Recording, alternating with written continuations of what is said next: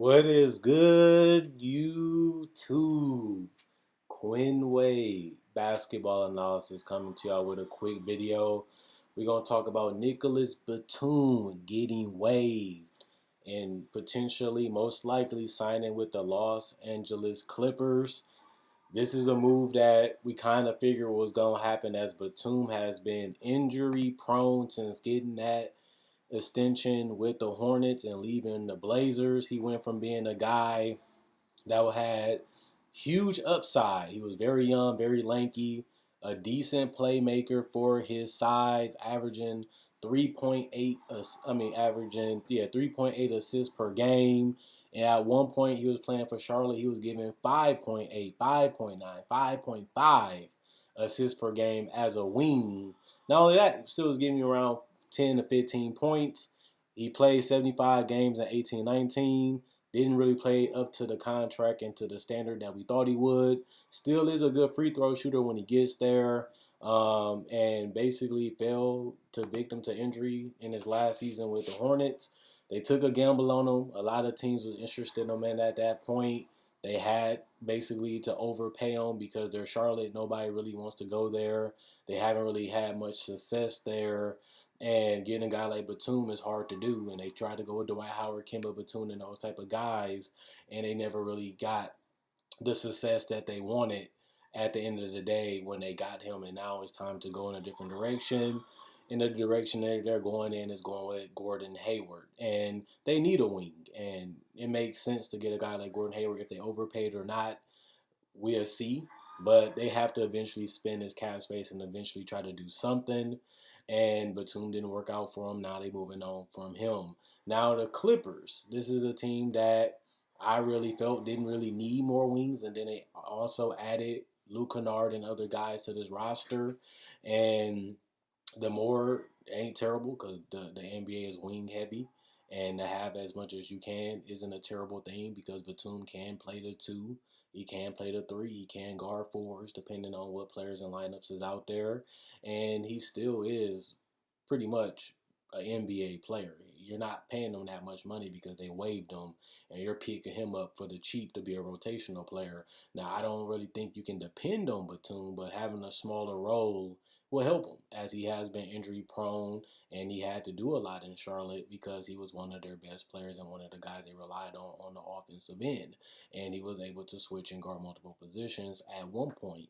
And they don't need him to do all that in the Clippers. We just need you to come in and give us 15 to 25 minutes sometimes. And if Kawhi Leonard or somebody miss games, we just need you to fill in that role of hit a couple threes, make sure everybody's passing and touching the ball, and if you do get the ball, make plays. And that's what Nicolas Batum does, and that's what he can bring to the Clippers. Now, I'm not crazy over this. I'm not going bonkers over this. If I'm a Clipper fan, you look at Batum, he's not the same player he used to be. Honestly, he's not. So it's not like they're getting a steal. They're getting a pretty decent player for a good price, and you would take that. That's how I look at it from the Clippers. You would take a guy like Batum, and he still can play. So we'll see what type of Batum they get. His 3-point shooting been wishy-washy. Sometimes it's good, sometimes it's average, sometimes it's bad.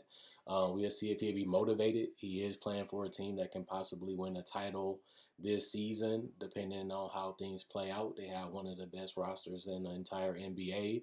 I think adding Batum helps a lot with that, and he allows you to go with a long, lanky, athletic lineup that they kind of had last year, but now is just even more prevalent because of Batum, and they can throw some interesting lineups out there. And I always say you want versatility. You want dynamic when you have a team. You want to be able to guard everything. You want to be able to put certain matchups. You want to be able to put certain lineups out there that give you advantages that other teams can't have because they don't have the personnel and they don't have the talent to do it. And this could be one of those moves that may not be a backbreaker, may not be outstanding, but it does give them a different look that they can have that, to me, they have even more now. So they still have some things they got to figure out. Is they just gonna how they're gonna run their offense, how they're gonna make their defense a lot better.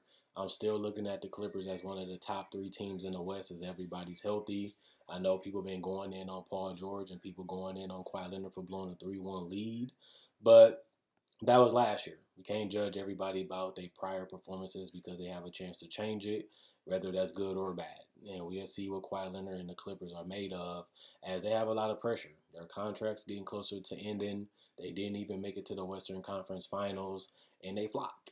And now a lot of people are looking at them as a laughingstock. They're looking at them as a team that isn't really a contender when it comes to actually winning a title because what they did last year. I know they finished number two. I know they was up 3-1, but they didn't even get close to getting the job done because last year was championship or bust. And they did not come close, even getting to the Western Conference Finals of getting that done. And honestly, when I look at a lot of the moves that they made this offseason, I'm not really ecstatic about this team. You just got to bank on the fact that you have a healthy year with Kawhi Leonard and Paul George. Maybe they can play better. Maybe they gel better. They took out some pieces and got some better pieces, and they also, went in a different direction with the roster compared to last year, in my personal opinion. And we really won't know how good this team is until we see what Ty Lue is made of. Will he do all these plays that can get everybody involved? Will the ball be moving? Will it be snagged? Will it be isolation? How will they use Serge Ibaka? Is he going to play the four? Is he going to play the five? Is he coming off the bench? Is Zubac really going to be able to take that? And if he does, what is his role going to be? A backup center that's getting 25, 30 minutes? Or will he be a 15, 20-minute guy? We will see it with that. So it's a lot of questions, and the Clippers deserve to be questioned because they didn't live up to the hype and they flopped last year. So this is a team that we have to wait and see. We gave them a lot of credit. We gave them a lot of praise. We said, yeah, they had Lou Williams, they had Montrez, they had Doc Rivers. They was already a playoff team. They was going at the Warriors. Then they add Kawhi Leonard and Paul George to that team. That's a ship. And then they flopped. So we have to give them that because that's what they did. So we gave them praise when they didn't deserve it. They flopped, and now they deserve the questions. So we just have to wait and see what this team does. But this should eat at them. This should eat at them that everybody thinks they're overrated. A lot of people don't think that they can beat the Lakers still.